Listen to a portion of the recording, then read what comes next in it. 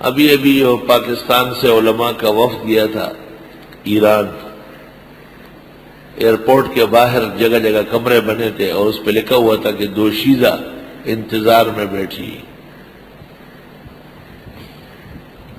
علماء کے وفد کا بڑا تھا ایک بوڑھا عالم، اس غریب کو پیشکش کی گئی کہ آپ اس سرزمین پر آئے تو اپنا دل ٹھنڈا کر کے آگے بڑھے۔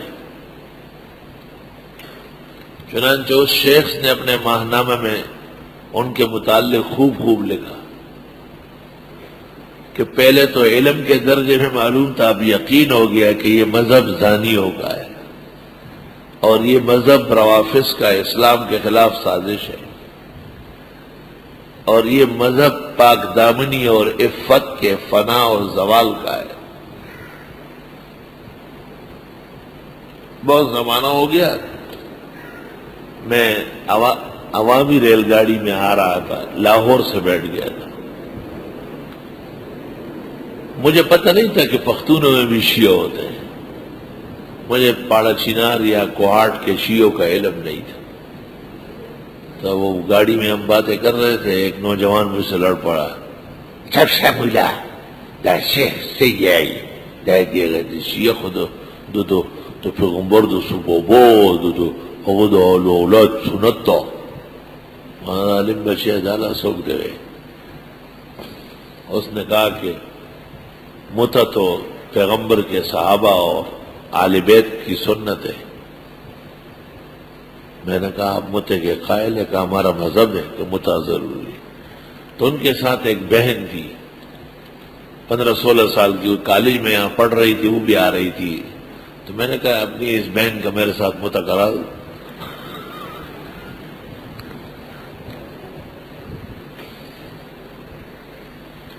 خیر وہ بات اس وقت آئیں بائیں ہو گئی، ہم دونوں آپس میں لڑتے رہ گئے۔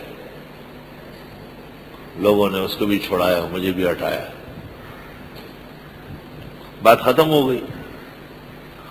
رات کو میں اپنے برت پر سو رہا تھا تو مجھے ایسے تلوہ جو ہے نا ایسا رگڑ لیا۔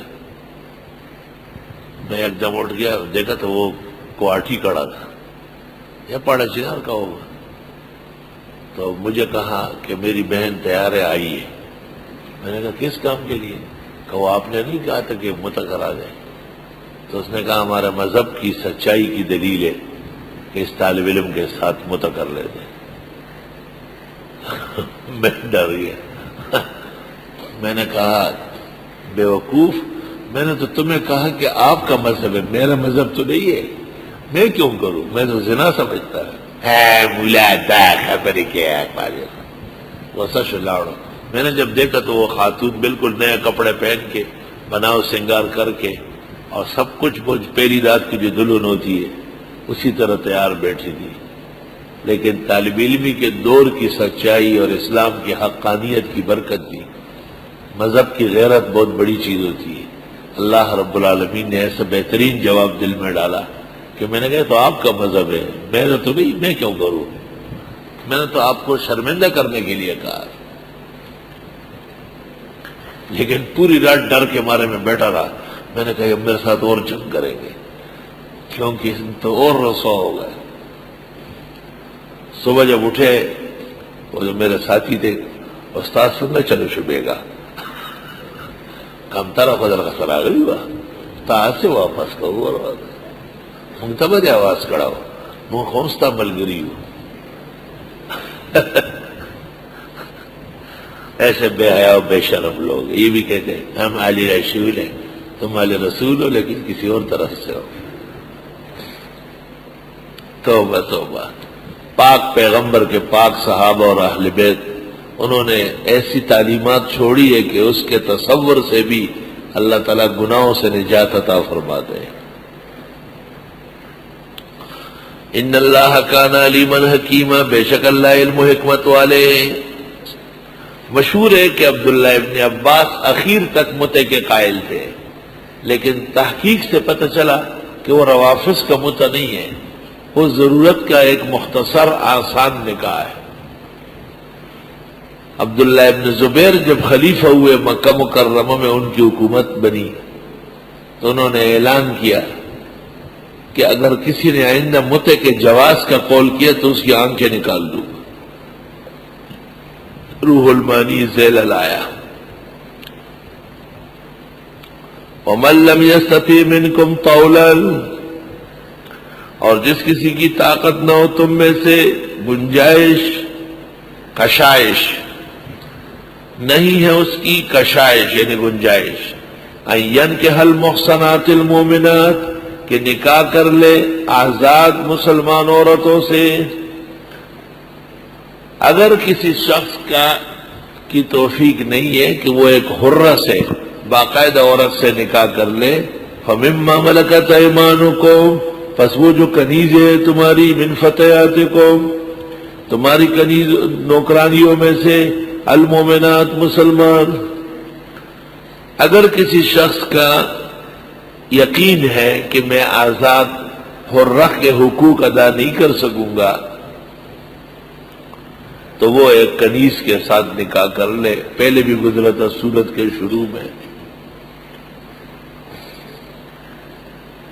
فَإِن لَّمْ تَعْدِلُوا، اگر تم انصاف نہ کر سکو، فَوَاحِدَةً أَوْ مَا مَلَكَتْ أَيْمَانُكُمْ ذَلِكَ أَدْنَىٰ أَلَّا تَعُولُوا۔ ایسی صورت میں یہ سابقہ مضمون کی تفسیر ہے۔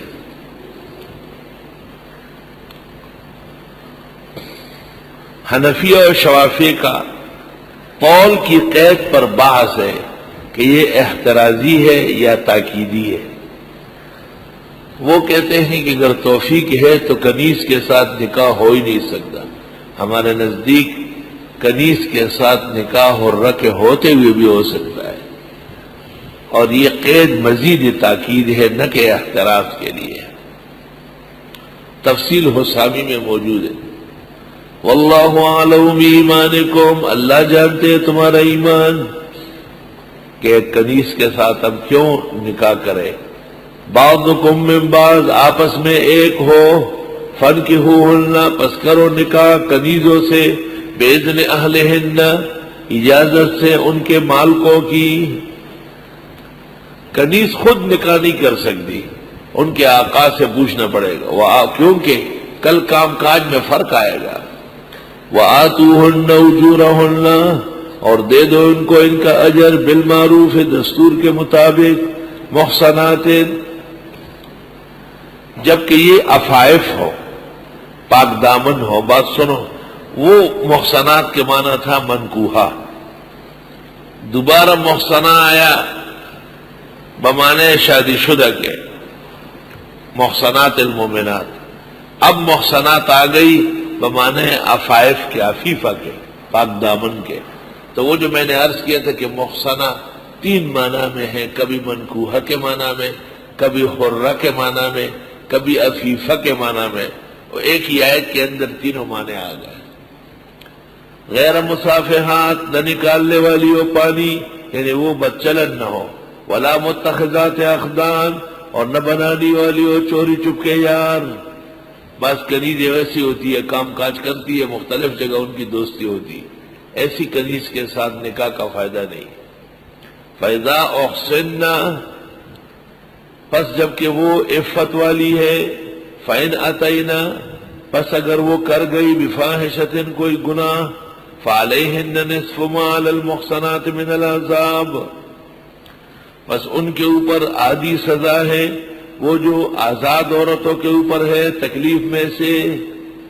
فَإِذَا أُحْصِنَّ، جس وقت وہ کنیز شادی شدہ ہو گئی یا وہ کنیز عفت والی ہے اور اس کے باوجود اس سے کوئی گناہ ہوا، تو جو کوڑے لگیں گے خاتون کو 100، اس کو 50، اور جو اس کو لگیں گے 80، اس کو 40، کیونکہ اس کی نعمت پوری نہیں ہے۔ ذالک لمن خشی العنۃ منکم، یہ ذالک کی ضمیر راجع ہے۔ ومن لم یستطع منکم طولا ان ینکح المحصنات المؤمنات، کہ جو حرہ کے ساتھ نکاح کی طاقت نہیں رکھتا وہ کنیز کے ساتھ نکاح کر لے۔ ذالک، یہ کنیز کے ساتھ نکاح کی ضرورت کیوں پیش آئی؟ لمن، اس شخص کے لیے ہے، خشی العنۃ منکم، جس کو خوف ہے گناہ میں مبتلا ہونے کا تم میں سے۔ العنہ الابتلاء فی الزنا وان تصبروا، یہ میں نے پہلے کہا تھا کہ یہ جگہ مشکل ہے، اور اگر تم صبر کرو خیر لکم، بہتر ہے تمہارے لیے، نہ کرو کنیزوں سے، حر ہی ٹھیک ہے۔ واللہ غفور الرحیم، اور اللہ بخشنے والا رحم والا ہے۔